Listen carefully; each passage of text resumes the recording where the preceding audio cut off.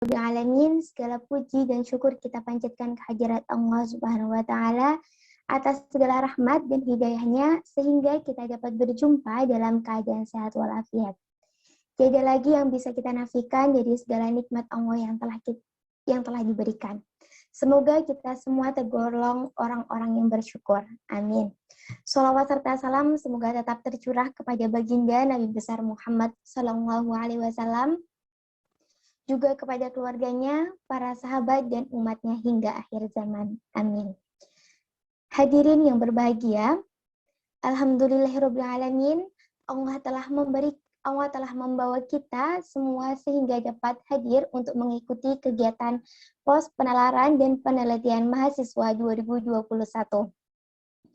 Izinkan saya, Vertice Izzatul Haq, selaku Master of Ceremony dan Moderator, untuk memandu acara P3M pada malam hari ini. Untuk mengawali jalannya acara, marilah kita mengucapkan basmalah bersama-sama. Semoga acara nanti dapat bermanfaat bagi kita semua. Bismillahirrahmanirrahim. Selanjutnya, agar acara pada malam hari ini diberikan kelancaran, marilah bersama-sama kita menundukkan kepala seraya berdoa. Doa akan dipimpin oleh Saudara Fikri. Kepada Saudara Fikri dipersilahkan. Baik, Assalamualaikum warahmatullahi wabarakatuh. Mari kita tundukkan kepala sejenak seraya memohon kepada Allah agar kegiatan pada malam hari ini dapat berjalan dengan lancar dan diridhoi olehnya. Doa saya pimpin dengan cara Islam, bagi yang beragama lain mohon untuk menyesuaikan. Bismillahirrahmanirrahim. Allahumma ya Allah ya Tuhan kami, dengan mengucapkan puji serta syukur kehadirat-Mu atas segala rahmat dan karunia-Mu yang telah Engkau limpahkan kepada kami. Pada malam hari ini, dengan penuh keakraban dan bahagia ini, kami hadir di sini. Kiranya Engkau ya Allah memberikan barokah dan ridha-Mu dalam acara yang kami laksanakan ini.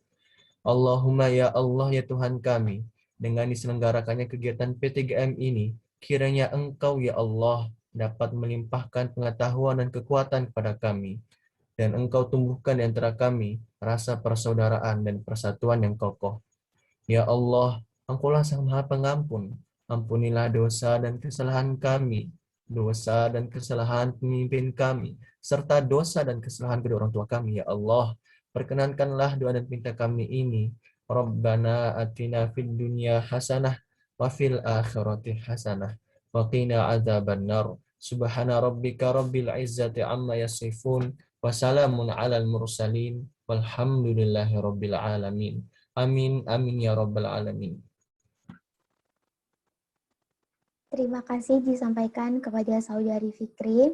Selanjutnya kepada para peserta disampaikan untuk on-cam semua karena akan melakukan sesi dokumentasi. Kepada panitia yang bertugas dipersilakan untuk memandu jalannya sesi dokumentasi.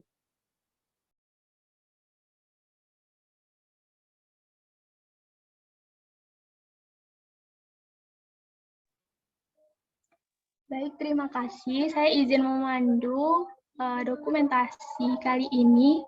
Untuk teman-teman yang belum on-cam, silakan on-cam.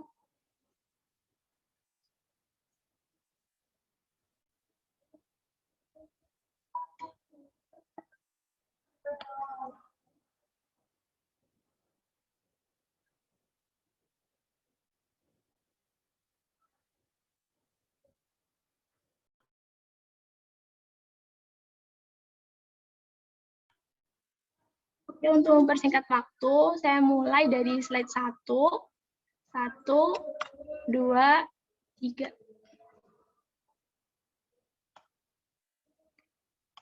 Lanjut ke slide 2. 1, 2, 3. Baik, terima kasih. Saya kembalikan ke MC. Baik, terima kasih kepada panitia yang bertugas. Sebelum memasuki acara inti, yaitu pemaparan materi oleh Mas Iqlil, saya akan terlebih dahulu membacakan CV dari beliau.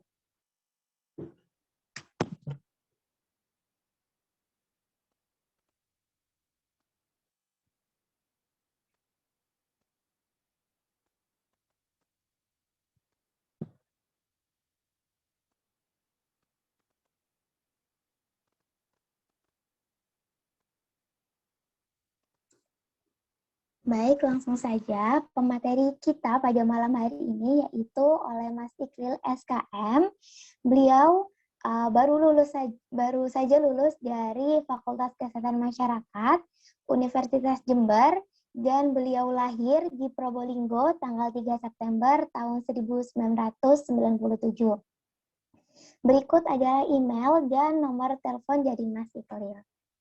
Riwayat pendidikannya yaitu di SDN 1 Sumendi, SMP 1 Tongas, SMA 4 Probolinggo, dan di Universitas Jember. Nah, pengalaman organisasi beliau ini cukup banyak. Nah, karena waktunya cukup singkat, langsung saja kita ke pengalaman organisasi yang terbaru, yaitu pada tahun 2019, sebagai pengalaman belajar Lapang 1 dan 2 yang diamanahkan sebagai Ketua Koordinator Jember Bondowoso. Pengalaman pekerjaan dari beliau di SMP Nuris Jember sebagai pembina karya ilmiah remaja pada tahun 2018 sampai sekarang, dan di SMA Nuris Jember sebagai pembimbing karya tulis ilmiah remaja tahun 2019 sampai sekarang. Nah, pengalaman menjadi pemateri dari Mas Iqlil ini juga cukup banyak. Bisa di next slide. Ya. Nah, ini pada yang nomor 11 ya, teman-teman. Pada tahun 2020 di Fakultas Ekonomi dan Bisnis Universitas Jember sebagai pemateri dasar-dasar penulisan ilmiah part 2. Pada tahun 2020 juga di Fakultas Kesehatan Masyarakat Universitas Jember sebagai juri karya tulis ilmiah, dan pada tahun 2020 di BEM FKM UNED sebagai pemateri juga pada kegiatan pengenalan program kreativitas mahasiswa. Nah, ini ada pemakalah seminar ilmiah dari beliau, yaitu di Grand Hatika Hotel Belitung tanggal 29 sampai 30 Agustus 2018 dengan judul artikel ilmiah The Application of GPS and SMS Gateway on Happynar Helm Pintar Arduino Microcontroller Based as a Post-Accident Solution oleh IC Star. Nah, penghargaan beliau ini dalam 10 tahun terakhir aja cukup banyak, kayak bikin aku insecure sendiri, ya Allah. Bisa dijadikan motivasi dan semangat buat teman-teman semua. Nah, yang paling terbaru yaitu tahun 2021 dari Institusi International Science, Technology, and Engineering Competition. Jenis penghargaannya yaitu Gold Medal. Dan pada tahun 2020 sampai 2021 oleh LP2M UNED sebagai asisten riset dosen pasca doktoral, dan pada tahun 2021 oleh Lembaga Ilmu Pengetahuan Indonesia sebagai pelatihan mentor karya tulis ilmiah nasional. Cukup banyak sekali ya teman-teman, CV dari beliau ini bisa dijadikan motivasi dan semangat untuk kita semua. Gimana, apakah Mas Iqlil sudah join di room Zoom ini ya? Assalamualaikum Mas Iqlil. Waalaikumsalam. Mana ini Mas Iqlil? Nah, Mas Iqlil, gimana keadaannya, kabarnya Mas Iqlil? Alhamdulillah sehat. Alhamdulillah sehat. Aku mau ngucapin selamat buat Mas Iqlil atas gelar barunya sebagai SKM. Semoga gelar barunya bisa berkah dan bermanfaat untuk kita semua. Amin ya robbal alamin. Apakah Mas Iqlil udah siap untuk menyampaikan materi kepada teman-teman semua? Sudah siap. Alhamdulillah.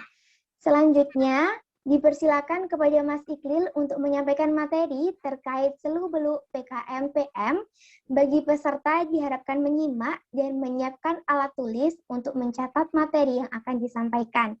Sekedar pemberitahuan, keaktifan peserta nantinya akan dimasukkan ke dalam kriteria penilaian. Dimohon keaktifannya ya teman-teman. Baik, langsung saja kepada Mas Iqlil, saya persilahkan. Ya, Assalamualaikum warahmatullahi wabarakatuh. Waalaikumsalam warahmatullahi wabarakatuh. Ya, terima kasih banyak kepada teman-teman Lentera mau mengundang lagi, nggak bosan-bosan ya. Terima kasih banyak bisa diberikan kesempatan seperti ini untuk bisa sharing pengalaman-pengalaman selama fokus di bidang PKM ya. Baik, untuk mempersingkat waktu, saya mulai aja ya. Apakah sudah terlihat slide-nya? Sudah masih kelihatan. Ya, baik untuk PKMPM, kita mulai dulu dari buku saktinya ya. Nah, dari kitab sakti ini, kita harus taat aturan. Jadi kemarin kan sempat ini pesertanya sama nggak sama yang kemarin?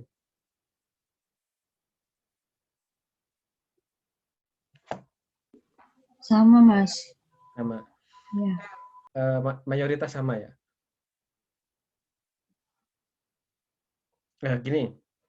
Jadi untuk ikut PKM itu, hal yang harus ditaati adalah pedomannya. Jadi jangan sampai ada aturan-aturan yang tidak diikuti. Karena penulis dari cover sampai lampiran itu sudah ada aturannya. Jadi kita tinggal mengisi bagaimana ide kita itu menarik. Karena untuk dari formatnya itu sudah diatur semua. Nah, yang pertama itu perhatikan alurnya. Alur di sini maksudnya seperti mulai dari pendaftaran, dimulai kapan, mulai dari bulan apa sampai bulan apa, terus kemudian bagaimana cara submit-nya. Nah, itu sudah ada di sini. Jadi kalian harus ngapain aja itu ada di sini. Terus kemudian syarat administrasi. Di sini hati-hati ya, karena banyak yang kurang membaca, padahal sudah jelas semua.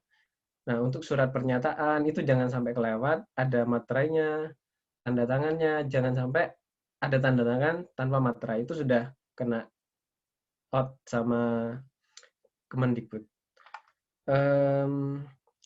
Yang selanjutnya itu formatnya. Format ketika kita ingin mengirim file, itu ada sendiri formatnya. Jadi hati-hati ketika mau mengirim file itu benar-benar harus duduk bersama, semua anggota tim itu memeriksa dari awal apakah sudah sesuai formatnya apa enggak gitu. Nah, untuk pengirimannya itu usahakan jangan H-1 karena biasanya itu webnya Kemristek Dikti itu yang masih sekarang dipakai simbol Mawa itu sering down. Jadi hati-hati dan pakai strategi. Biasanya UNED itu sudah menjadwalkan 1 minggu sebelumnya untuk submit. Terus kemudian style font, hati-hati jangan sampai menggunakan selain Times New Roman. Dan ukurannya juga harus sudah di fitkan gitu, 12. Dan untuk yang isinya 11. Nah, aturan pelaksanaan. Jadi untuk aturan karena di masa pandemi ini semuanya online. Jadi meskipun ide kalian itu bentuknya penelitian, eksperimen, itu nanti akan dirubah ke arah literatur review. Nah, untuk PKMPM ini meskipun kalian harus turun gitu ya, tapi diusahakan untuk bisa memberikan suatu solusi yang dia itu bisa digunakan untuk online. Kemudian aturan pembiayaan. Jadi untuk aturannya itu 5 sampai 10 juta. Jadi jangan sampai terlampaui atau kurang. Usahakan ada di tengah-tengah atau pas gitu. 10 juta. Nah, manfaatnya ini menurut Kemristek Dikti ya, sebelum sekarang sudah dirubah menjadi BRIN itu. Yang pertama itu mengasah kreativitas, menulis dan menyampaikan ide. Ketika kita punya ide, hal-hal kecil di rumah kan biasanya ketika kita ingin menyampaikan sesuatu ke orang tua, ke orang di luar keluarga kita, itu kan biasanya membutuhkan skill. Nah, di sini ini adalah kesempatan atau ruang kalian untuk bisa mengasah kreativitas, menulis dan menyampaikan. Bedanya di sini adalah menulisnya itu. Karena meskipun kita itu bisa menulis ya tanpa ada latihan, itu ketika kita sudah berhadapan dengan latar belakang, kita akan kebingungan mau kemana ini arahnya, gitu. Terus kemudian pengalaman. Pengalaman di sini kita berinteraksi dengan orang, berbicara eh, lebih jauh tentang ilmu gitu, tentang masalah apa yang dihadapi, itu akan melatih skill dan memberikan pengalaman kita bagaimana cara orang itu bertahan hidup, menyelesaikan masalahnya, seperti itu. Kemudian pengakuan. Pengakuan ini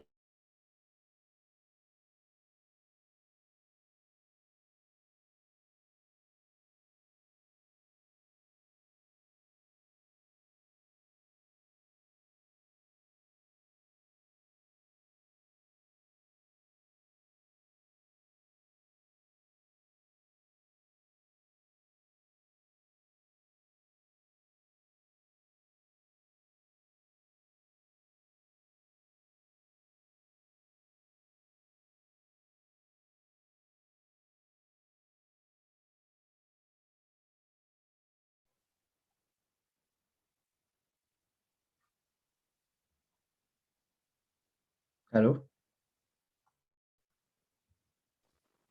Iya, Mas. Tadi sempat hilang di mana ya? Sampai mana tadi?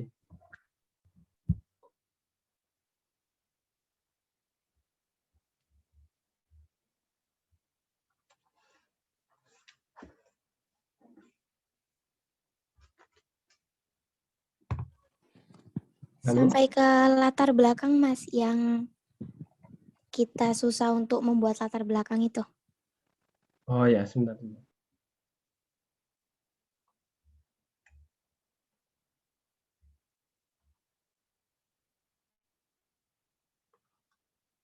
Soalnya sinyalnya sering hilang.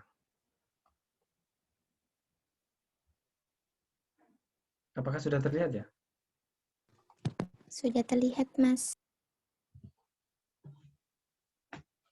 Nah, ini. Selanjutnya itu pengalaman. Ketika kita sudah memberikan memberikan solusi-solusi terbaik, mencoba sesuatu yang baru, itu akan memberikan kita pengalaman bagaimana cara kita menyelesaikan suatu masalah. Terus kemudian selanjutnya adalah pengakuan. Ketika kita sudah membantu masyarakat, otomatis kita akan diakui kita telah membantu mereka gitu. Selanjutnya, apakah suaranya masih terdengar ya? Masih, Mas. Oke. Selanjutnya pengakuan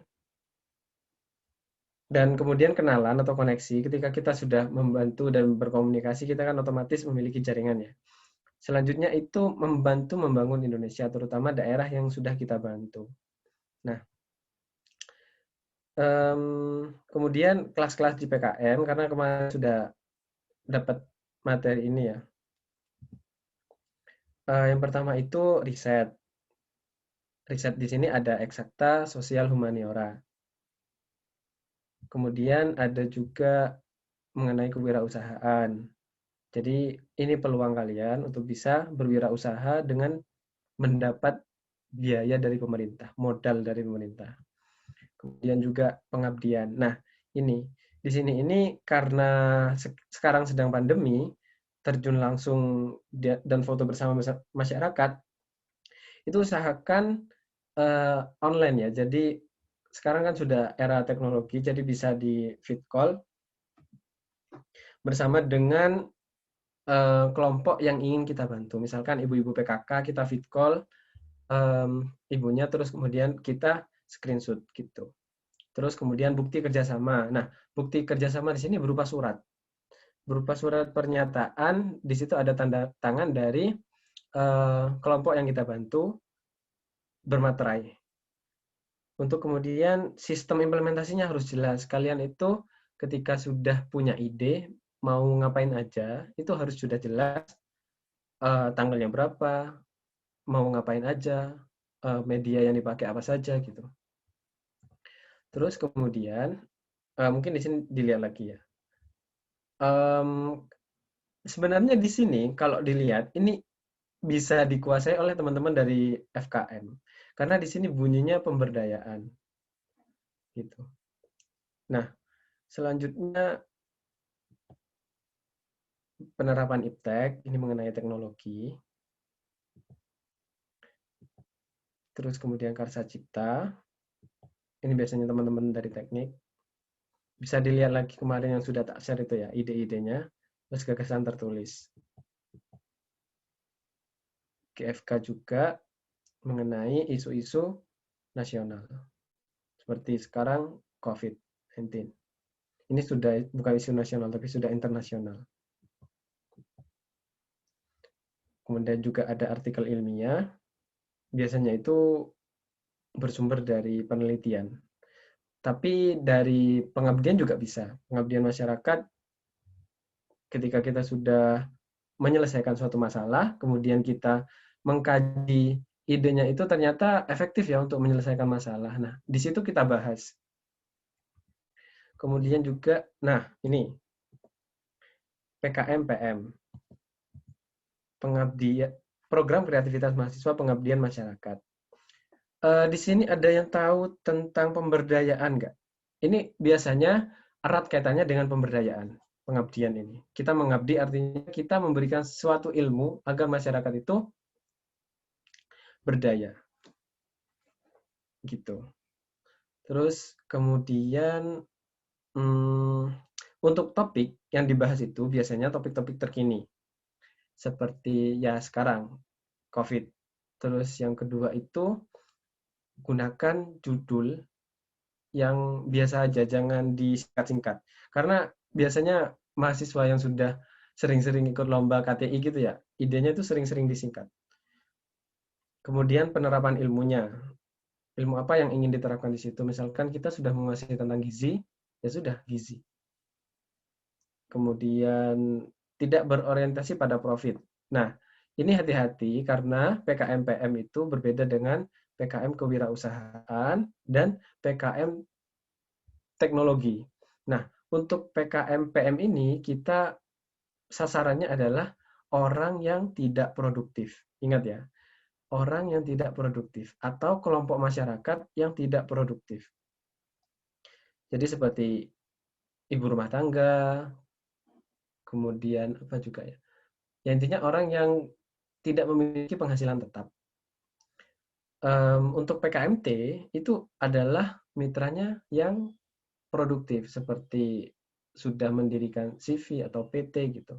Itu bisa. Jadi kita menerapkan ilmu kita coba di PT itu.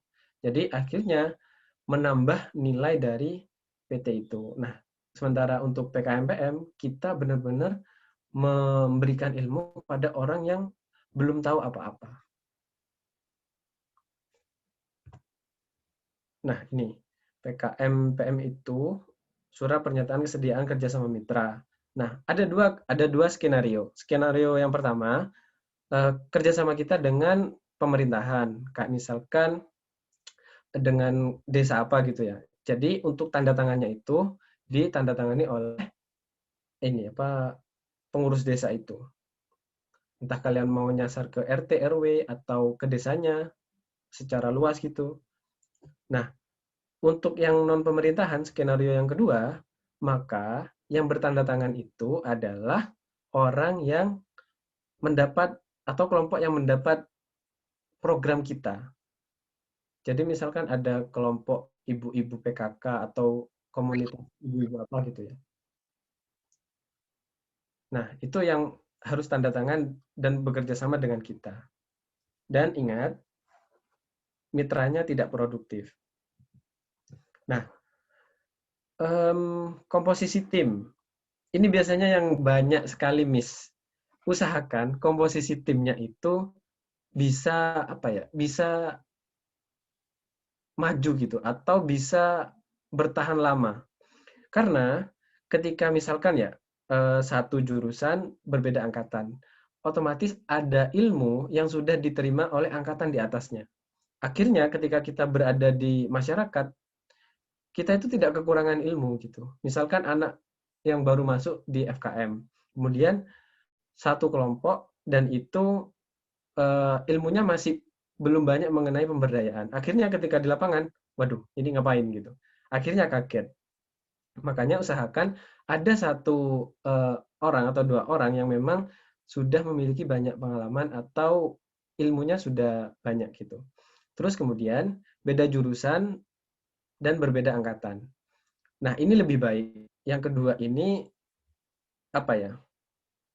Lebih baik karena apa?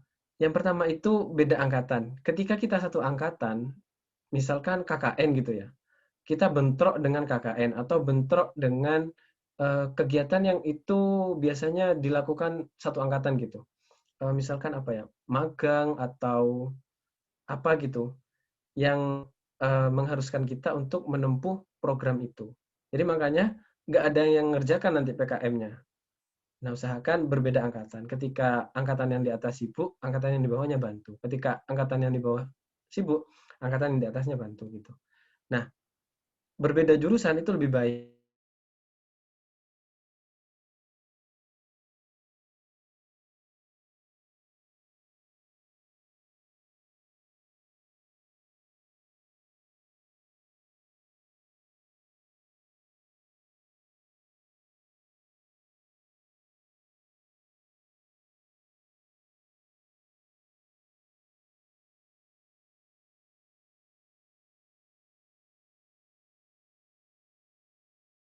Mendikbud ini akan memberikan kita kesempatan untuk bisa menjalankan PKM ini.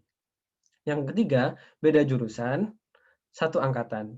Nah, ini yang dikhawatirkan tadi, takutnya ada yang KKN atau magang gitu. Karena waktunya bersamaan kan. Jadi akhirnya PKM-nya nggak jalan. Itu penyebab komposisi timnya ini nggak solid biasanya. Yang bentrok-bentrok gitu. Nah, peluang Kesmas di sini karena COVID ini ya banyak banget yang bisa diangkat topiknya. Terutama program kesehatan tatap muka yang terhambat. Sekarang itu seperti pelayanan kehamilan itu banyak banget mengalami kehambatan, mengalami apa ya? Hambatan. Hambatannya itu yang pertama ya kita tidak bisa bertatap muka, terus kemudian ibunya juga takut resiko ibu hamil untuk kena itu juga tinggi gitu karena ketika kita tahu ibu itu kan butuh apa ya butuh multivitamin atau asupan gizi yang banyak gitu karena ada 2 badan di dalam tubuhnya. Nah, selanjutnya yang kedua penguasaan teknologi untuk menunjang kesehatan belum menyeluruh. Nah, ada kan di desa itu yang memang orang-orang di sana itu tidak peduli, semakin tidak peduli dengan kepelayanan kesehatan karena ribet, kita harus pakai masker, harus pakai protokol kesehatan yang sangat ketat gitu. Sedangkan ketika kita tahu sebelum pandemi aja mereka sudah apa ya, sudah kurang minatnya untuk pergi ke pelayanan kesehatan. Ditambah lagi dengan adanya pandemi ini. Apalagi dengan Zoom, mereka tidak tahu bagaimana cara mengoperasikannya atau bahkan mereka tidak punya. Nah, itu menjadi masalah. Selanjutnya adalah masalah gizi. Sekarang kan ekonomi sedang turun, orang-orang sudah banyak yang di PHK, akhirnya pemenuhan kebutuhan gizi apa ya semakin turun. Orang-orang sudah coping terhadap makanan, jadi menyesuaikan makanan yang ada aja gitu. Akhirnya status gizinya turun. Terus di sini sebentar ya.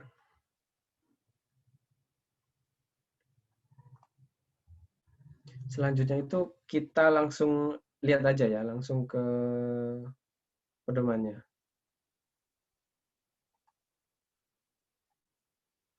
Nah, di sini ini untuk di pedoman PKM itu sudah lengkap. Kalian tinggal baca di PKM-PM itu apa saja yang harus ada, itu sudah lengkap. Latar belakang, pendahuluan, kondisi existing mitra. Ini screen-nya sudah kelihatan? Sudah, Mas. Oke. Nah, ini manfaat bagi mitra, manfaatnya apa? terus kemudian existing mitranya sekarang sedang mengalami apa gitu. Kayak misalkan ibu-ibu PKK sekarang terhambat untuk bisa kumpul bersama, terus kemudian bingung mau mengadakan acara apa karena ya nggak bisa tatap muka, nggak bisa nggak bisa berdiskusi banyak gitu. Mungkin kita ada ide yang bisa meningkatkan produktivitas mereka. Kalau kalian pernah di SMA mungkin mendapat ilmu kewirausahaan, kalian bisa jalankan itu dengan prinsip-prinsip dari kesehatan masyarakat, yaitu mengenai pemberdayaan. Kemudian detail program ini kalian harus ngapain aja supaya bisa meningkatkan produktivitas mereka yang awalnya tidak produktif gitu. Terus petunjuk operasional. Di sini sudah lengkap semua. Tinggal kalian ngikutin aja. Maunya ini seperti apa. Mulai dari ini spasinya sudah ada, ukuran ininya sudah ada, marginnya sudah ada, lengkap. Jadi tinggal dibuat. Nah, ini yang dimaksudkan tadi, nama ketua, nama perguruan tinggi, PKMPM. Nah, kalian salah di sini saja sudah kena poin sama Kemendikbud. Sebenarnya bukan Kemendikbud. Ya.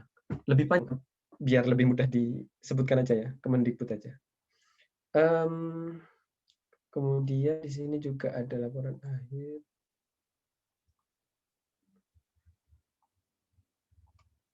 Nah, untuk alurnya itu sudah ada. Jadi kita itu yang pertama mengajukan proposal, terus kemudian selanjutnya itu menunggu pengumuman proposal kita lolos apa enggak. Terus kalau lolos, kita dapat dana dari kementerian, terus kemudian setelah dapat dana, kita menjalankan program. Setelah dijalankan, kita akan ditanya di evaluasi atau MONEF. Tapi sekarang namanya PKP. Nah, setelah ditanya-tanya programnya bagaimana, kalau kita berhasil, biasanya itu lanjut ke PIMNAS. Nah, di PIMNAS itu adalah orang-orang yang juara sebenarnya, tapi dilombakan lagi dengan memperebutkan emas, perak, dan perunggu. Nah, kemarin sempat lihat rankingnya UNED, Kak? Rankingnya UNED itu sudah 10 besar. Itu gara-gara dari PKM-nya itu tinggi yang lolos, terus kemudian PHBD-nya juga tinggi, akhirnya UNED juga melejit 10 besar. Nah, namanya itu PKP 2, Penilaian Kemajuan Pelaksanaan PKM. Jadi nanti kalian ditanya programnya kendalanya apa gitu. Terus juga lengkap di sini. Nah, untuk perincian biaya sudah jelas di sini, tinggal cari. Bentar ya.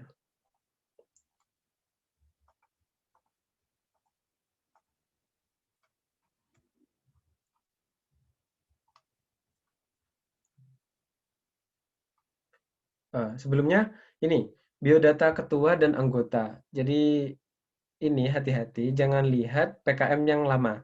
Kemarin itu sempat ada teman-teman dari UNED itu tidak melihat ke lampiran. Jadi menggunakan biodata anggota dan ketuanya itu seperti tahun sebelumnya, tahun-tahun yang belum dirubah.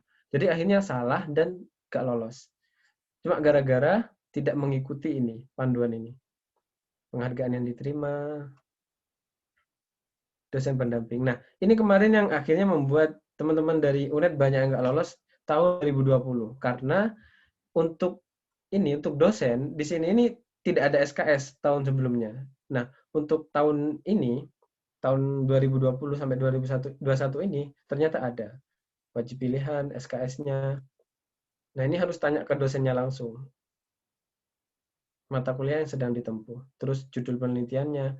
Kalau sebelumnya itu hanya judul ini, judul dan tahunnya, sama pengabdian. Selanjutnya ini, format justifikasi anggaran kegiatan. Nah, bahan habis pakainya kira-kira apa saja? yang habis pakai. Di sini, nah ini pakai data. Karena sekarang semuanya online, jadi kalian dapat bantuan pakai data. Di uangnya itu usahakan dihabiskan lebih banyak ke pakai data dan penyimpanan. Karena sudah tidak keluar ya, jadi nggak ada biaya untuk transportasi, biaya untuk beli bahan yang banyak gitu. Kita rata-rata menggunakan digital semua. Nah, pengabdiannya itu banyak yang bertanya kemarin yang di tahun 2020 pengabdiannya seperti apa kalau PKM-nya ini PKM-PM gitu. Nah, kita itu hanya menyediakan berupa panduan atau pedoman berupa buku, video edukasi gitu. Jadi bukan lagi kita itu harus turun gitu. Hanya memberikan buku dan kita arahkan. Ketua kelompok yang menjadi sasaran kita itu kita arahkan, Pak ini nanti cara menggunakannya itu seperti ini gitu. Kita arahkan. Nah, selanjutnya itu ada di lampiran itu ada susunan organisasi. Jadi di sini yang biasanya dilihat oleh reviewer atau jurinya. Program studi bidang ilmu. Nah, kalau di sini sudah kelihatan kesehatan masyarakat semua, bakalan dilihat ke arah nama dan NIM-nya. Kalau kalian NIM-nya itu sama semua, ya berarti sudah ada indikasi kalian itu satu angkatan. Biasanya satu angkatan ini kurang diprioritaskan. Gitu. Terus kemudian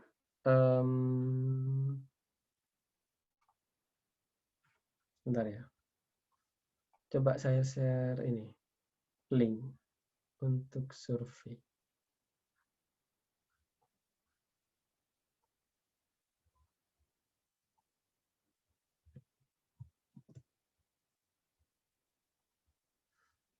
Bisa dilihat di sebentar. Di chat ya. Untuk linknya monggo diisi. Ada pertanyaan, sekedar mereview lagi dari awal. Itu coba diisi dulu. Sebentar.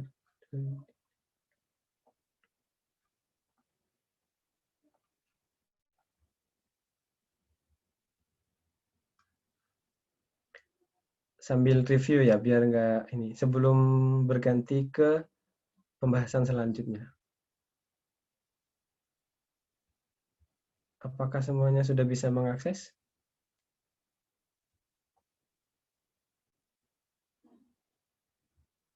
Apakah sudah bisa mengakses semua?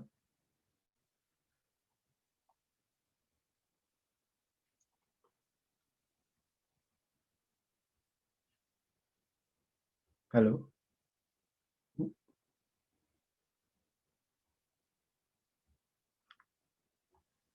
Monggo diisi.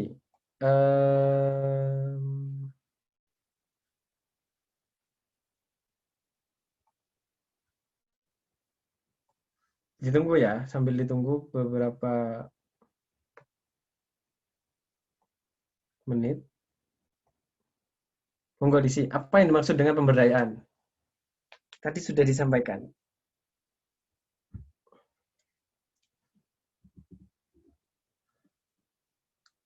Ya, masih dua ini yang isi. Yang lain ini pada kemana ya?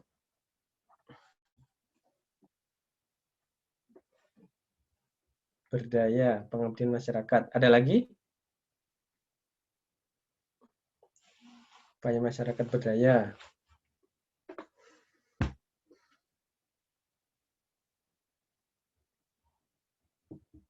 Ayo. Ini kok aja ya yang isi ya? Yang lain kemana ini? Sesuatu menjadi berdaya. Oke. Ada lagi? Usaha untuk membangun. Pemberian ilmu kepada masyarakat. Kok gak ada yang ini ya? Sekata ya. Jadi kata-katanya.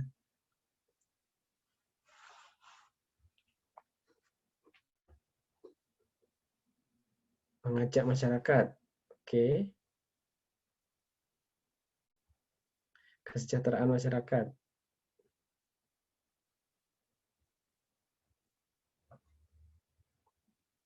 Yuk, ada lagi. Ini 9 cuma yang isi.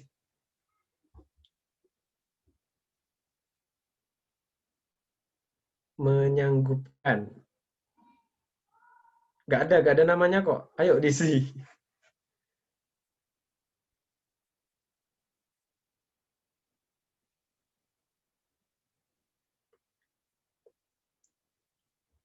Sudah ini. Pembangunan masyarakat. Pembangunan masyarakat. Oke, mungkin ada lagi.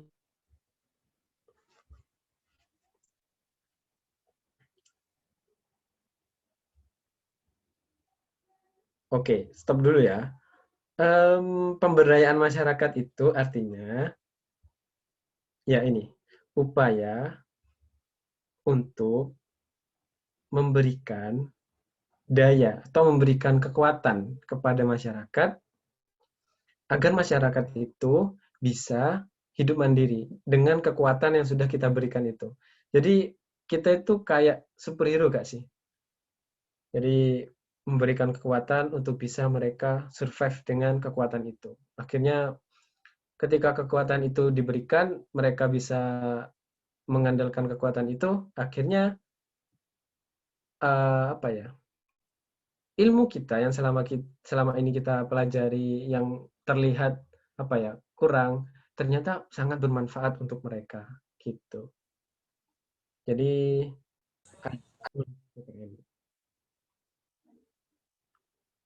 agar bisa memberikan apa ya? Sedikit ilmu kita untuk masyarakat. Jadi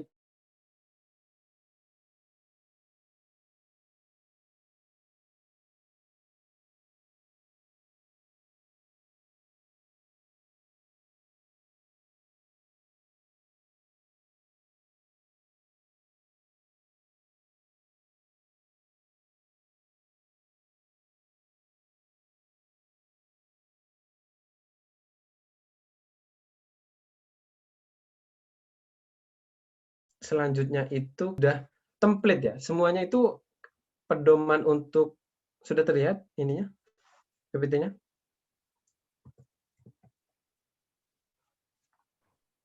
Sudah terlihat, Mas. Oke.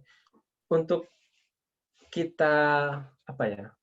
Mengikuti PKM, template-nya itu sudah ada, kayak cetakannya itu sama semua seluruh Indonesia. Nah, yang berbeda itu adalah isinya. Jadi kualitas isinya itu seperti apa? Nah, untuk bisa memberikan kualitas terbaik itu, hal yang bisa kita lakukan yang pertama adalah kita melihat dulu kejadian di masyarakat itu seperti apa. Kita kumpulkan dulu, kita ingat, kita masukkan ke dalam pikiran kita, ke dalam otak kita untuk diingat. Terus kemudian kita pikirkan. Biasanya ide itu muncul ketika kita itu dalam kondisi nyaman. Benar nggak? Nah, contohnya ketika kita ada di kamar mandi, tiba-tiba kok aku ada ide ini ya gitu. Atau ketika kita sedang olahraga jalan gitu. Oh, kok aku ada ide ini ya. Nah, tempatkan posisi kalian itu benar-benar nyaman. Nah, sebelum posisi nyaman ini kalian harus banyak memasukkan informasi. Jadi tidak kosong gitu, memikirkan dia yang kemana-mana, kesana dan kemari dan tertawa itu. Nah, gitu. Jadi biar idenya itu powerful. Terus kemudian jangan lupa untuk ditulis. Biasanya itu ketika kita atau apa ya? Biasanya orang-orang itu sudah punya ide, keluar dari kamar mandi, dia lupa idenya apa gitu. Nah, kalau sudah menemukan di kamar mandi, oh aku punya ide ini, diingat, ditulis. Jangan sampai lepas dia. Terus kemudian ketika kita juga berolahraga, duduk-duduk santai gitu, ngobrol sama teman, tiba-tiba kita punya ide gitu. Langsung ambil langkah pertama. Kalau kita dekat dengan HP, kita langsung chat teman kita atau chat di grup gitu. Ada ide, tulis aja gitu. Kadang saya juga random ke teman-teman ngirim apa ini gitu, ide gitu. Jadi usahakan ditulis ya. Karena itu ada itu adalah anugerah untuk kita. Terus kemudian kaitkan dengan ilmu yang dimiliki dan cari sumber pendukungnya. Kalau sudah menemukan idenya, oh ini deket banget sama ilmuku. Aku dulu pernah dapat ilmu masak-masak dari SMA. Caranya itu seperti ini. Oh bisa. Tinggal cari pendukung dari penelitian sebelumnya. Kalau menemukan tentang kewirausahaan, ya tadi cara-cara strateginya. Kalau menemukan tentang pemberdayaan, bagaimana programnya, terus bagaimana cara mengajak masyarakatnya, bagaimana cara untuk mengevaluasi atau menilai programnya berhasil atau tidak gitu. Nah, kemudian tentukan tujuannya. Kalau sudah ketemu semuanya, oh tujuannya itu ini. Untuk bisa memberikan manfaat kepada masyarakat yang sedang kena COVID sekarang, biar orang-orang yang hamil itu mendapat pendidikan, mendapat informasi, yang bisa dilakukan adalah dengan edukasi video gitu. Kalian membuat suatu edukasi video, dan video itu jangan disebar ke YouTube. Jadi disebar dulu ke orang-orang yang punya wewenang di situ. Kayak misalkan di kerjasama dengan puskesmas gitu ya. Ada video ini untuk edukasi ini gitu. Jadi kerjasamanya dengan puskesmas. Untuk implementasinya sih memang nggak bisa ya 100% kita offline. 100% kita online. Jadi ada usaha memang untuk bisa datang ke puskesmas gitu, atau datang ke kelompok yang ingin menjadi partner kita atau mitra kita dalam mencapai tujuan ini. Nah, selanjutnya untuk pengimplementasiannya itu online semua. Kemudian manfaatnya. Nah, dengan adanya edukasi berupa video ini, manfaatnya adalah ibu-ibu yang sedang hamil ini merasakan bisa menerapkan dan akhirnya sehat janinnya gitu. Itu manfaatnya. Nah, manfaatnya ini hanya bisa dirasakan. Untuk tujuannya itu bisa dilihat aktivitasnya. Itu. Terus kemudian bagaimana cara mencapai tujuannya? Nah, ini tadi kenapa kok harus mencari sumber-sumber pendukung. Bagaimana cara kita mencapai tujuannya. Kalau kita tidak belajar dari sebelumnya, itu yang terjadi adalah kurang efektif gitu. Seperti kita mengulang suatu kejadian. Oh, ternyata sudah ada yang sudah dilakukan seperti itu. Itu yang akan terjadi jika hanya mengandalkan kemampuan berpikir kita. Naluri-naluri. Nah, ini kemarin yang sempat belum banyak dibahas ya. Nah, ini karena temanya sudah spesifik tentang pengabdian masyarakat, saya minta teman-teman untuk bisa 5 menit aja untuk bisa memikirkan hal-hal yang menjengkelkan, hal-hal yang seharusnya seperti A, tapi kok malah B gitu. Coba difikirkan 5 menit. Kemudian setelah difikirkan, dituliskan di ini tadi, di survei tadi itu. Sebentar ya.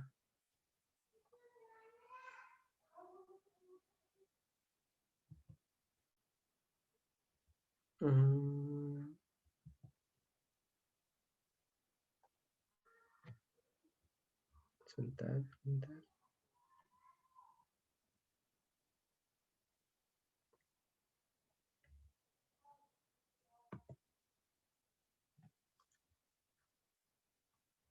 Nah, coba teman-teman masuk ke link yang tadi itu. Saya coba up lagi ya ini.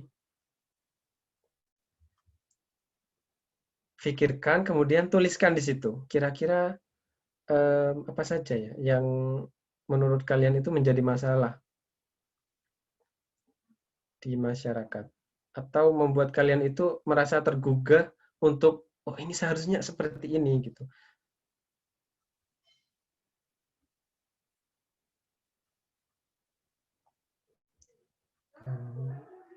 Baik, sambil melihat siapa yang sudah ngisi. Nggak ada namanya kok, tinggal diisi aja. Oke, banyak masyarakat yang belum peduli prokes. Apalagi ini sepertinya bakalan banyak ini, unek-unek.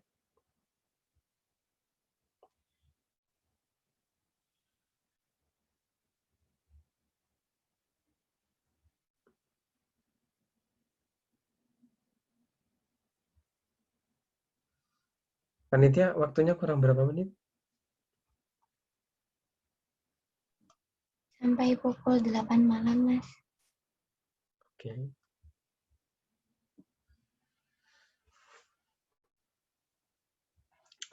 Sebentar. Pola pikir masyarakat terpencil yang sulit dirubah. Oke. Ajakan untuk vaksin, jangan takut vaksinasi. Oke. Penjual bakso yang bersihkan mejanya menggunakan tahu. Lalu tahunya dimasukin ke kuali. Emang pernah ada ya? Ini baru tahu loh.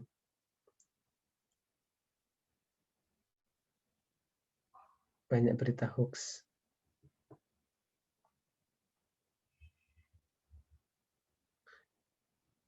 Terus ada lagi, masyarakat menolak divaksin. Berupa hoax. Oke. Kesadaran masyarakat yang kurang tentang membuang sampah pada tempatnya. Oke. Masyarakat yang selalu menyepelekan orang yang melakukan kebenaran kalau butuh SKSD. Oke. Ini sudah bisa jadi berapa PKM ini ya? Ini banyak banget loh. Terutama yang menarik ini, penjual bakso yang bersihkan mejanya menggunakan tahu. Karena sekarang kan sedang vaksin. Sedang ada virus corona ya. Apakah ini masih tetap berjalan? Kalau memang tetap berjalan, wah bahaya ini.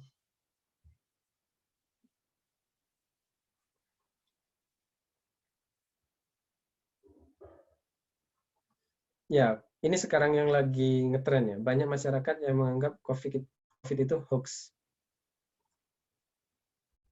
Ya, penyebaran di WA itu banyak banget sekarang. Vaksin yang mengantri dan menimbulkan. Nah, ini kita dianjurkan untuk tidak berkerumun, tapi malah kita yang berkerumun untuk divaksin. Oke. Ini banyak banget ya.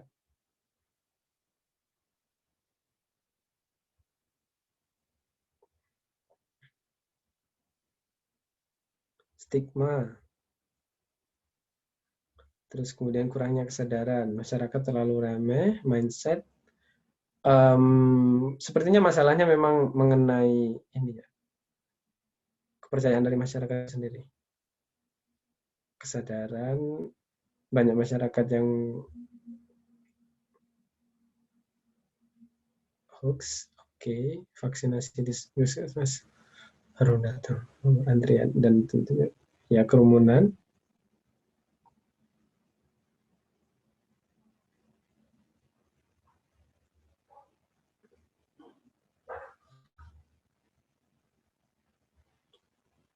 Nah, ini mana tadi yang susu beruang itu? Susu beruang itu juga sekarang lagi hits ya.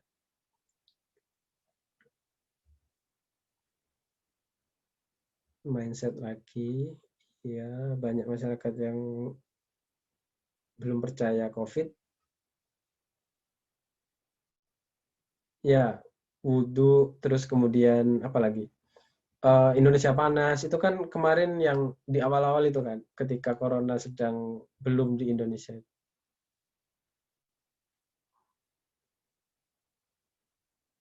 Oke. Nah, ini yang seharusnya segera diambil tindakan ini. Vaksinasi di di pelayanan kesehatan itu malah menimbulkan kerumunan. Nah, kira-kira ini mungkin ada solusi nggak dari teman-teman, bisa open mic? Kira-kira apa? Ini sekarang yang lagi hits ya. Mengenai mengenai apa tadi? Vaksin yang akhirnya membuat berkerumun. Mungkin ada ini solusi dari teman-teman. Ayo dicoba untuk bisa mengungkapkan solusinya. Jadi tidak ada jawaban yang salah sebenarnya.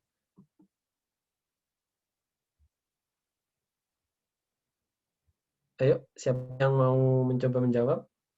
Kira-kira apa ya solusi yang tepat untuk bisa menangani itu?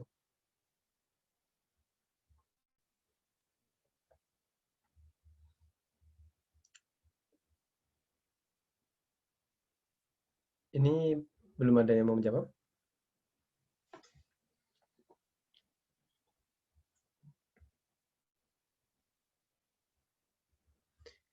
Ehm,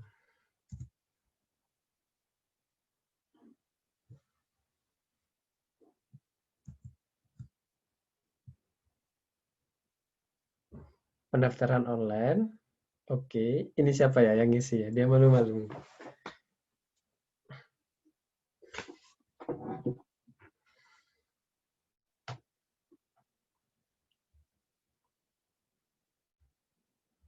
Kira-kira ada nggak jawaban yang powerful gitu? Jawaban yang oke, kita sekarang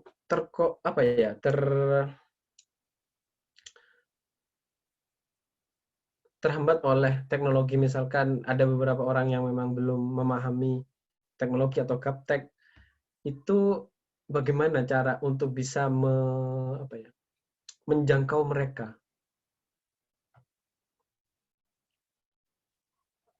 Yang kedua, masalah tentang vaksin ya.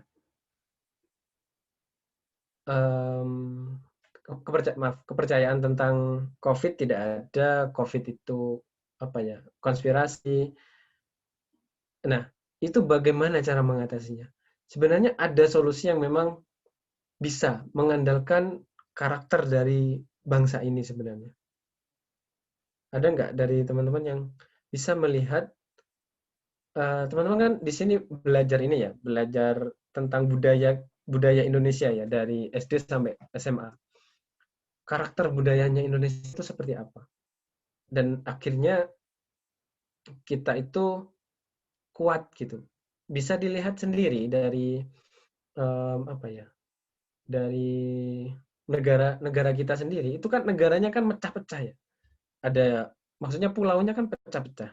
Nah, itu kenapa kok kita bisa satu? Nah, sebenarnya itu semuanya itu bisa dilawan lewat situ. Lewat persatuan itu. Nah, cara untuk bisa melihat ke sana, nah itu tadi butuh referensi yang mendukung, butuh informasi-informasi yang lebih untuk bisa mendukung argumentasi kita. Nah, untuk yang menjawab tadi pendaftaran online melalui web, ini kan solusinya terbatas ya. Jadi bisa ditambahkan apa ya yang sekiranya bisa lebih powerful. Oke, ini terbatas. Berarti sisa misalkan bisa menjangkau 75%. Oh, sisa 25% nih. Kira-kira apa ya untuk 25%-nya? Nah, itu bisa untuk melihat solusi kita itu sudah tepat atau belum dengan melihat referensi-referensi yang ada. Sebenarnya pengabdian masyarakat ini PKM yang paling mudah tapi paling berat untuk dilakukan karena kita itu berusaha untuk memindahkan kelompok yang memang awalnya belum ada pengetahuan sama sekali, mindset-nya masih belum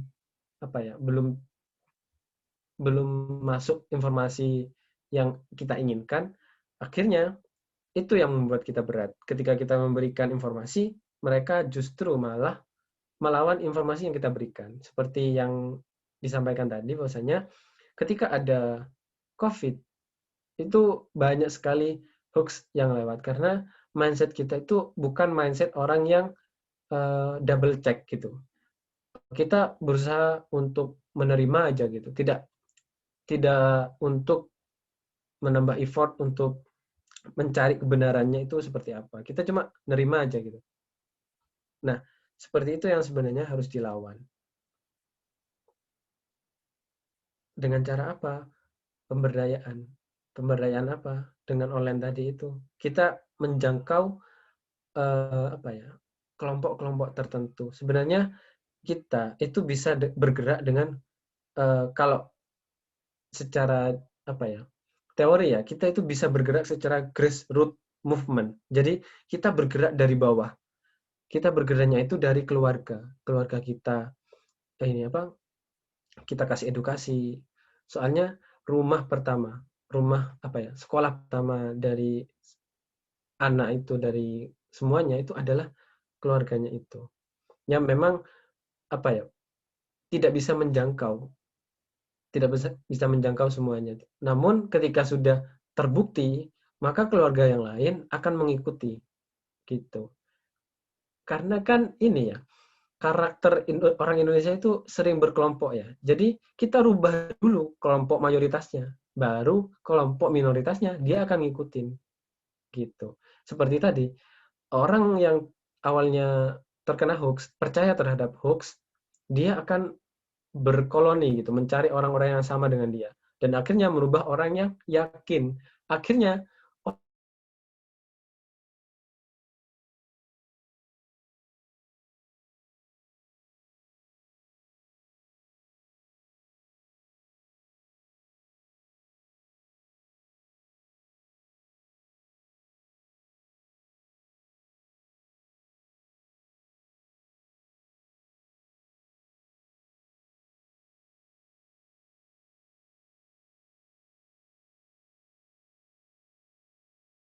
kalah dengan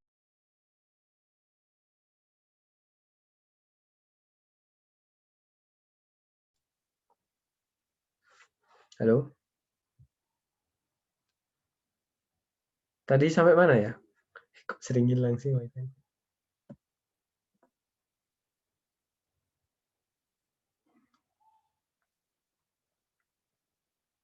Halo teman-teman, ini tadi sampai mana ya? Sampai yang di masyarakat kurang menerima berita itu Kak, yang berkoloni tadi, Oh, iya. yang kurang percaya hoax. Oke, terima kasih.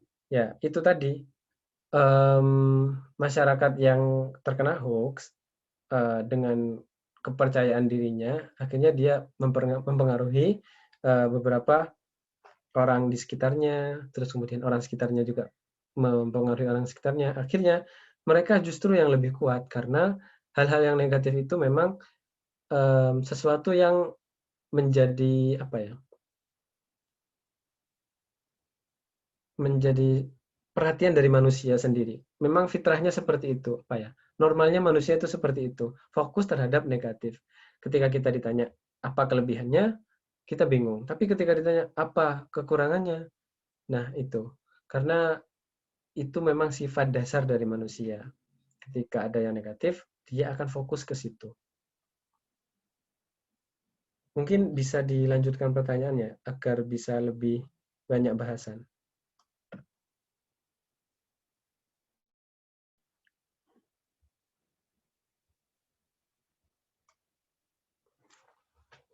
Gimana panitia?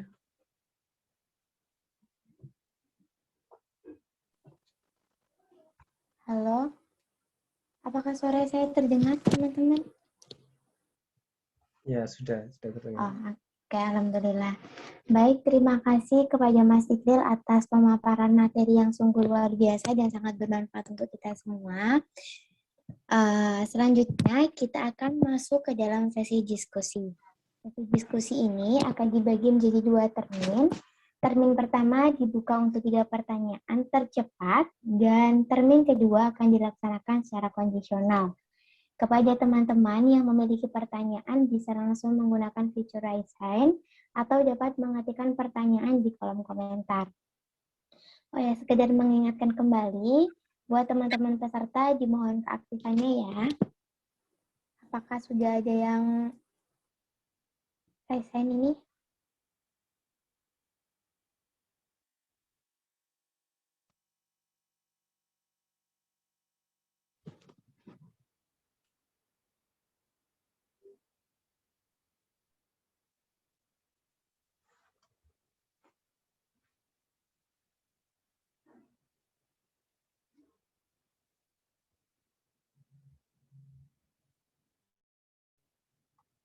Ayo, ada yang mau ditanyakan?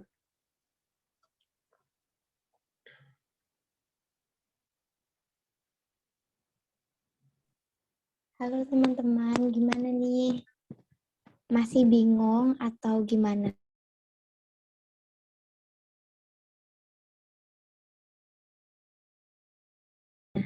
Kalau masih bingung, pertanyaan dari Sinta Yuli Pratika.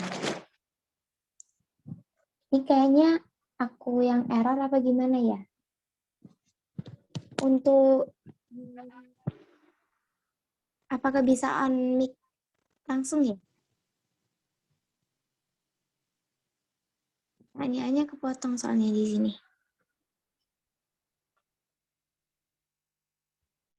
Halo, Sinta Yuli.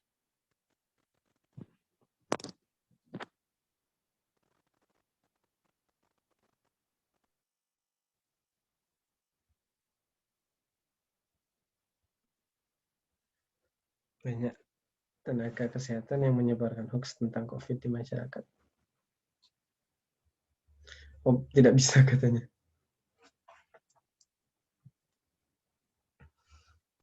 Soalnya pertanyaannya kepotong di saya kepotong. Di sini enggak? Oh, Coba langsung jawab ya. boleh. Mohon maaf ya maksudnya. Enggak apa-apa. Ini untuk apa ya, tenaga nakes yang menyebarkan hoax tentang COVID itu sebenarnya kalau ditarik ke belakang ya, ditarik ke apa ya, mindset dari orang-orang Indonesia itu sendiri, mereka itu berkepentingan apa ya, mereka itu berusaha untuk mempertahankan kepentingan mereka. Jadi kalian tahu Puskesmas Baduy? Di mana ya, profesi apa ya, lupa.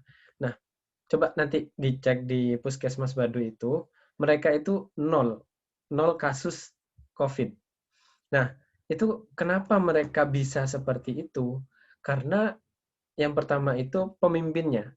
Jadi pemimpinnya itu, mereka itu peduli dengan rakyatnya, mereka itu peduli dengan kesehatannya.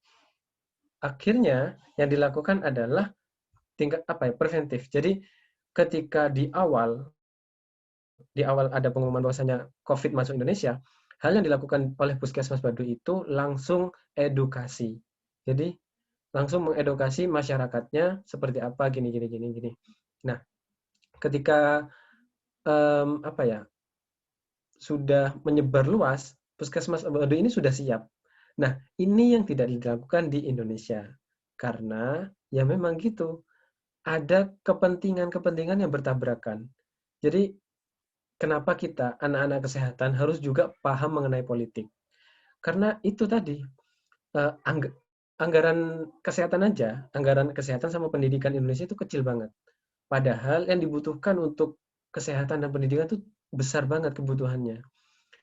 Nah, itu kenapa kita harus belajar politik juga, agar bisa masuk ke situ.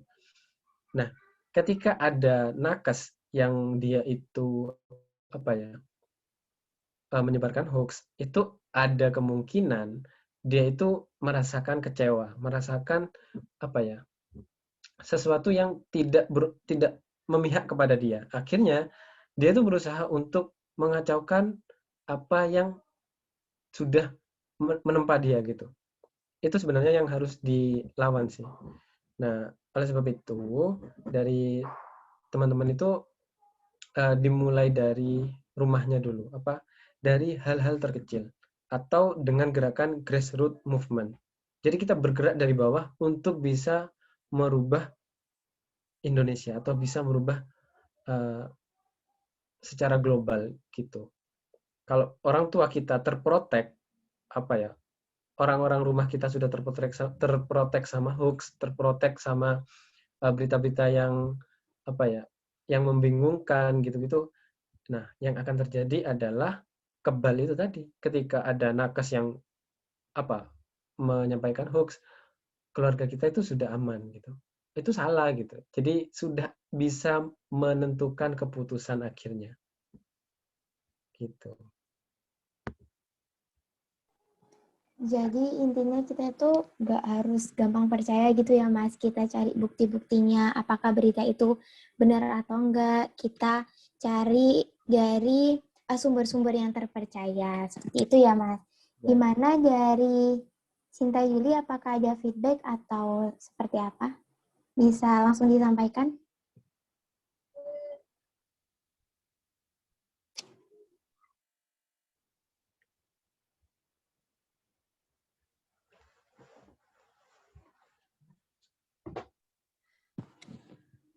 Halo Sinta Yuli. Nah, itu ada pertanyaan lanjutan, Mas. Bisa langsung ditanggapin deh. Berdampak terhadap hoax itu.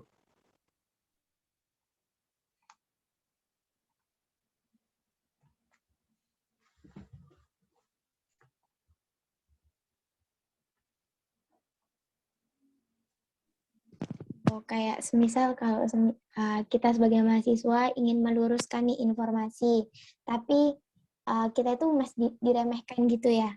Oh, masih mahasiswa, kamu punya ilmu apa sih? Kayak gitu ya mungkin. Ya. Caranya itu gini, ketika kita sudah diremehkan seperti itu, otomatis kita sudah tidak bisa pesan yang akan disampaikan itu akhirnya tidak nyampe ke subjek yang objek yang kita ingin sampaikan. Nah, caranya adalah pakai pihak ketiga. Jadi pihak ketiga itu artinya sumber-sumber yang relevan. Nah, misalkan ada hoax gitu ya. Oh, ini katanya COVID gak ada gini. Nah, sampaikan sesuatu yang berupa video, berupa bacaan, berupa berita yang itu memang mendukung argumen kalian gitu. Jadi jangan sampaikan menurut kalian gitu. Cara menyampaikan ke orang tersebut.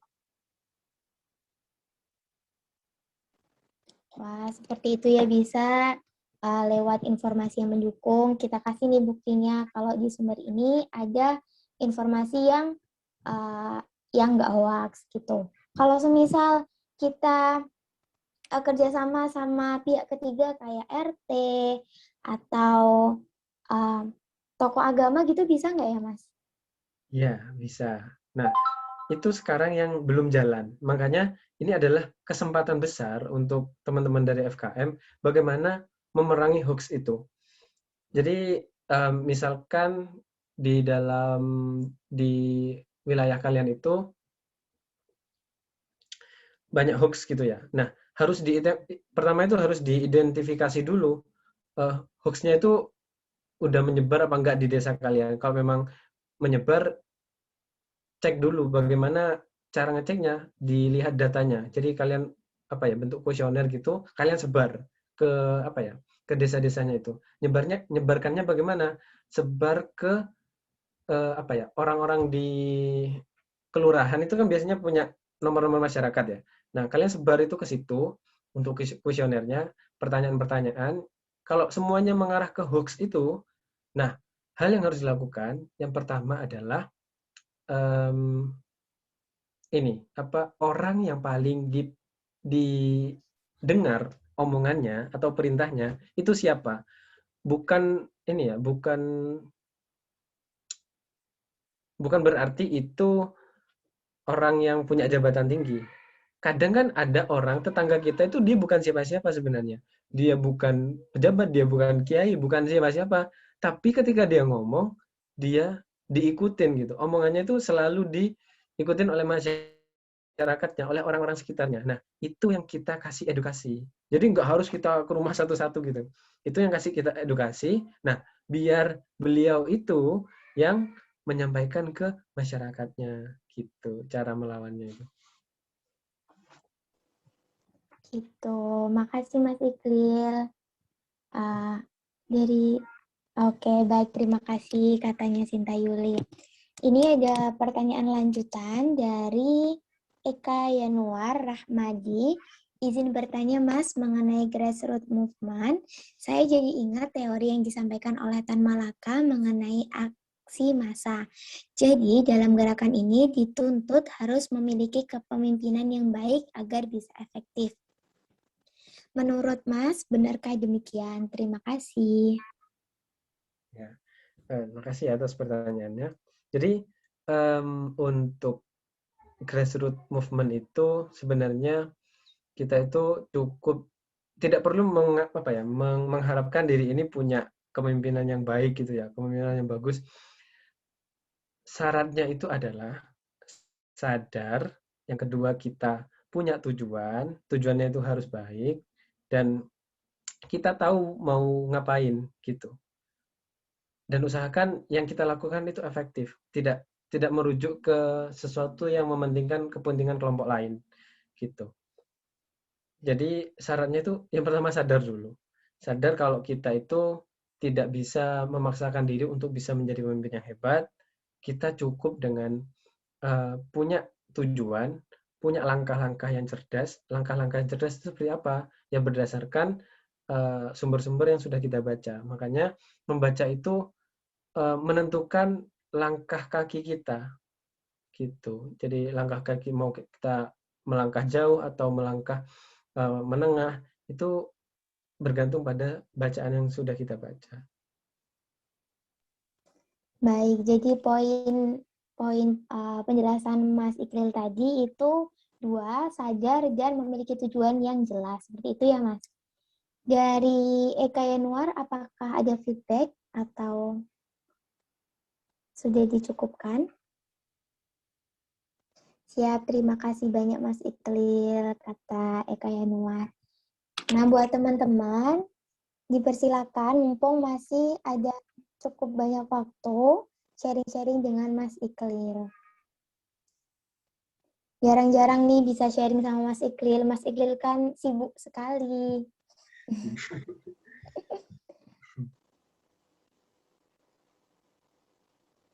Bisa langsung raise hand atau mengetikkan pertanyaan di kolom chat ya teman-teman.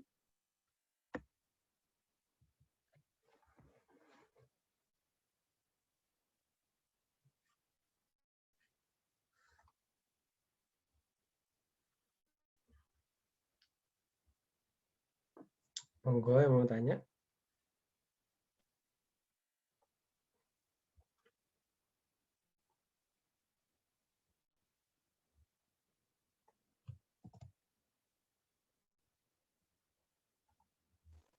Mas Iqlil, ini ada yang ngirim pertanyaan, cuma tidak mau disebutkan namanya. Nggak apa-apa ya, Mas?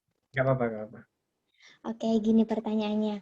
Karena semua serba online, hingga PKMPM pun diubah ke online. Adakah rekomendasi platform, jurnal, atau artikel yang kredibel untuk melakukan literatur review? Jadi untuk diambil data dan lain-lain agar terpercaya dan bisa dijadikan acuan buat pembuatan PKMPM ini. Terima kasih, Mas. Ya, sama-sama. Ya, itu belum tak sebutkan ya tadi. Ya, terima kasih atas pertanyaannya. Untuk sumber-sumbernya itu silakan ke Google Scholar atau Google Cendekia. Jadi tinggal diketikkan aja topik yang ingin kalian cari itu apa. Terus kemudian jangan lupa untuk masuk ke membernya ini ya, Perpusnas. Jadi kita bisa mengakses beberapa jurnal dari situ, banyak sebenarnya. Di Perpusnas itu kalau kita sudah menjadi membernya di sana, kita bisa mengakses banyak jurnal, banyak referensi gitu. Nah, untuk yang nasional itu ada Science Direct, itu biasanya berbayar rata-rata. PLOS ONE itu bisa. PLOS ONE gitu, spasi ONE. Alhamdulillah cukup banyak banget ya tadi rekomendasi-rekomendasi platform yang bisa kita gunakan untuk menyusun PKMPM ini. Terima kasih atas jawabannya Mas Iqlil dan pertanyaan dari teman-teman yang tidak mau disebutkan namanya ini. Ya. Dari teman-teman, apakah ada yang mau ditanyakan lagi?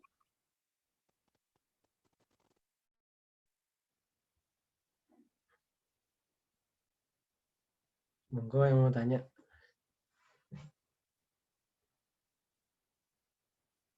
Ini manfaat untuk PKM ini besar banget ya. Terutama untuk mengasah ini kemampuan kalian. Jadi sekedar cerita aja. Dulu aku tuh di SMA bukan anak yang ini apa ikut KTI. Bukan anak yang apa ya, yang sehari-hari nulis gitu.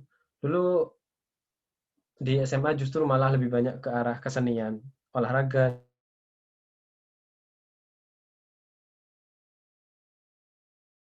gitu. Bisa menarik banyak apa ya, banyak peluang. Akhirnya saya ikut. Nah, kemarin itu banyak tawaran-tawaran dari dosen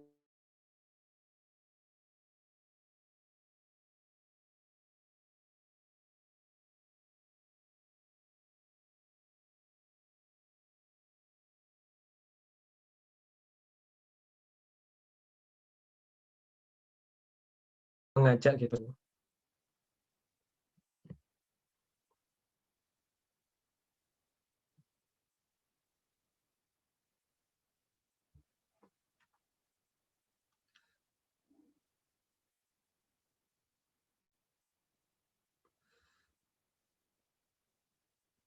Mungkin ini ya, langkah pertama untuk bisa nulis PKM itu kalian cari mentor. Kalau memang mau tanya-tanya ke aku ya nggak masalah sih. Apa ya? Langkah pertamanya memang harus mencari teman untuk bisa sharing gitu, atau mereka yang sudah berpengalaman. Banyak kok di UNED yang sudah banyak pengalamannya. Nah, agar ini apa PKM di FKM ini gak punah. Soalnya dari dulu memang jarang banget yang dari FKM itu lolos, terutama lolos PIMNAS-nya. Jadi kemarin itu sempat apa ya? Disayangkan karena aku dulu lolos PIMNAS-nya itu sama teman-teman teknik. Nggak murni FKM. Untuk yang 2020 justru malah sampai di pendanaan aja, nggak sampai ke PIMNAS-nya. Jadi pengen banget ada anak FKM yang bisa merebut emas gitu di PIMNAS-nya itu. Karena sudah tahu celahnya gitu. Makanya saya di sini apa ya? Nggak lari dari teman-teman Lentera karena keinginan itu, pengen teman-teman dari Lentera itu bisa merebut emas. Nah, apa ya? Aku menunggu anak yang benar-benar serius gitu, mau ke sana. Kalau memang serius, jadi enak nyetirnya. Kamu ke sini ya, kamu ke sini ya. Untuk biar dapat emas itu ke sini ya gitu. Soalnya kemarin tuh salah langkah di awal gitu. Jadi akhirnya ke belakang itu agak kurang.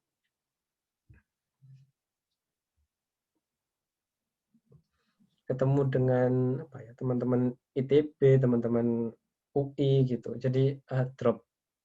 Soalnya presentasinya itu ya presentasi yang luar biasa menurut.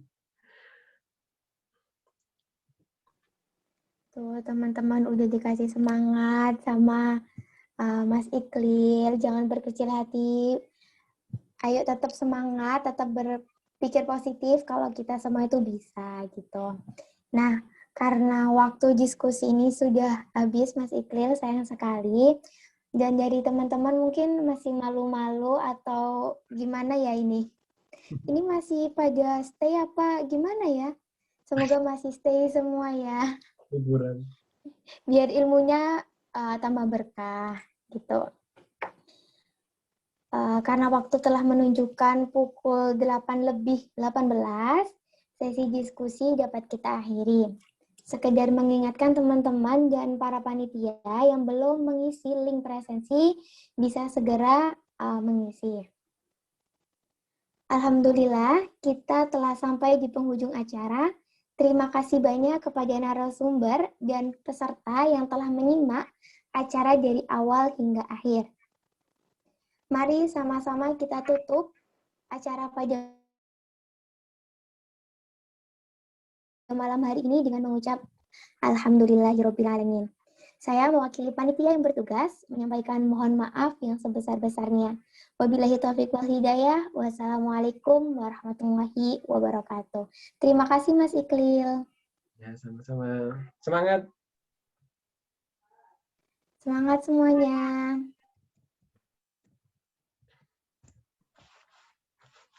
Tunggu ya yang lolos PIMNAS nanti. Amin. Doa baiknya semoga diijabah ya.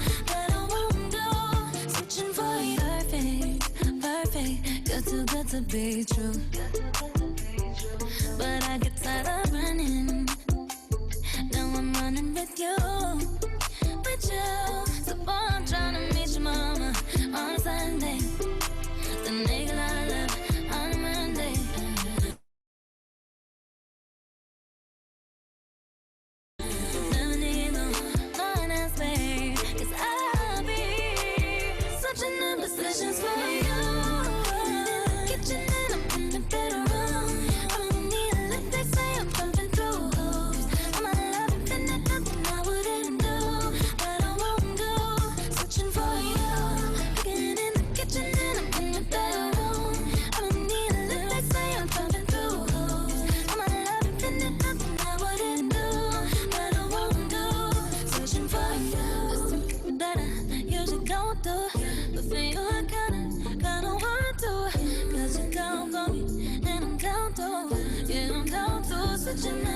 is for you. It's something that yes you don't do.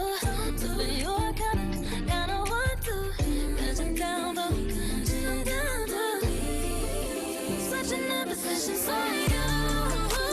Kitchen and I'm in the bedroom. Let me say I'm jumping through.